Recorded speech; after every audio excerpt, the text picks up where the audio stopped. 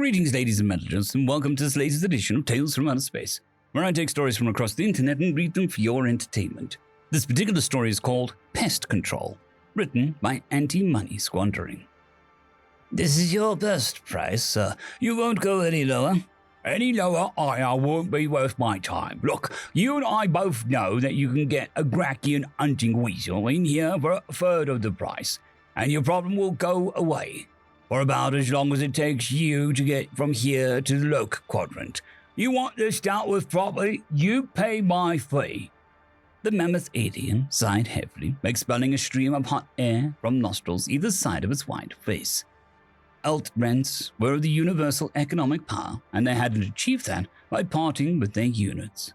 However, they also hadn't done so by paying for an inferior job. It's your call, Captain, but the human does come highly recommended, and we cannot leave this space until the rat-lid infection is dealt with. The captain stomped forward on their two thick legs, their head angled sideways so they could get a good look at the human with his 6 amber eyes. The human stared back, idly scratching at a chin covered in a thick fuzz of stubble. They wore some sort of grey uniform with a stylized logo on the breast in black, but were lit up in the bright blue light. It helped the Altran to focus on them, and it gnashed its thick yellow teeth plates together as it thought. Very well, ensure there is no remnant nor nest remaining, human. You have my word. I'll be out of your ship before you can say what a fantastic and recommendable service that was. I must leave and duty trade review. The Altran stared back blankly before shuffling off further into their ship. The human shrugged at their retreating backs and activated his radio. Kyle, Lola, this is Ted. We are a go on the rat-lid extermination. Your sectors are marked off on your HUD.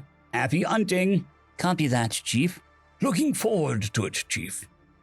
Ted stretched, his faintly glowing fingers reaching just below the ceiling. He flicked a button on a wrist-held monitor, and suddenly his form crumpled, folding in on itself rapidly.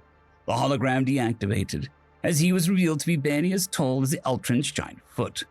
His dark clothing blending him in with the shadows of the ship.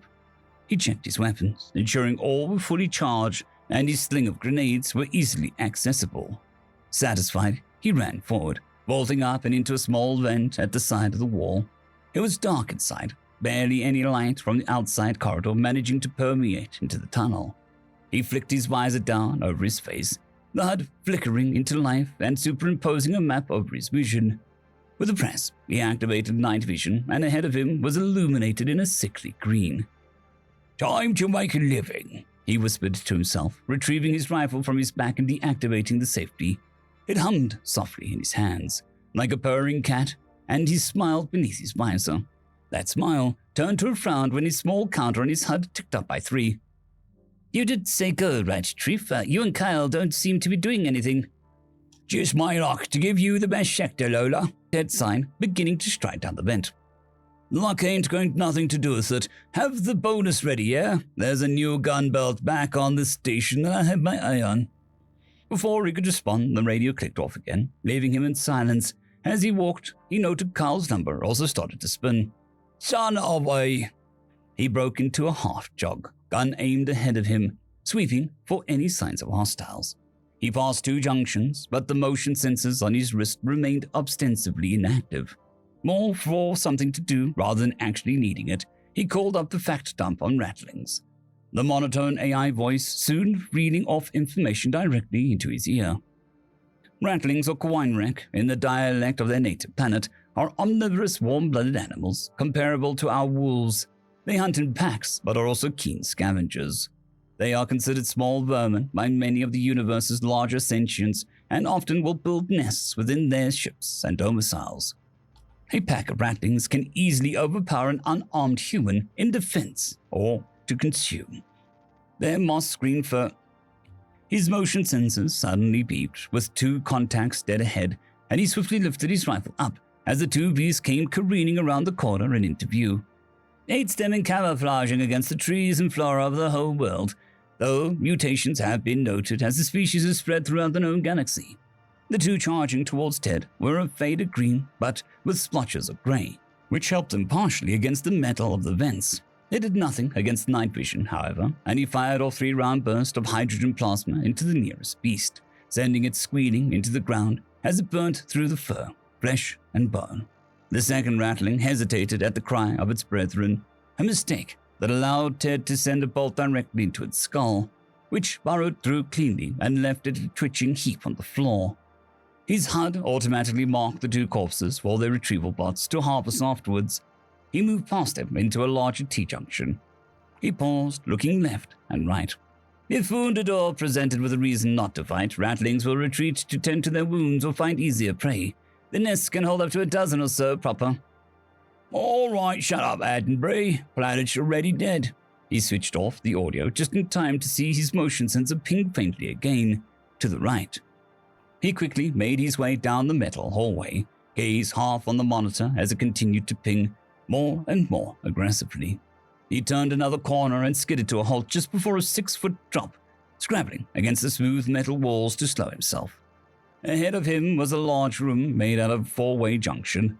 At this part of the event, and in the center of the amalgamated brown and green mess that denoted a rattling den, Ted knelt at the edge, looking down at the drop and canvassing the area for movement. Nothing immediately jumped out, but the sensors on his arm continued, indicating movement midway in.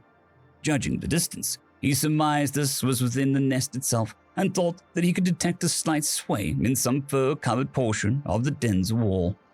He lay his gun down by his side, reaching to the bandolier that crossed his chest and selecting a purple-tinted grenade.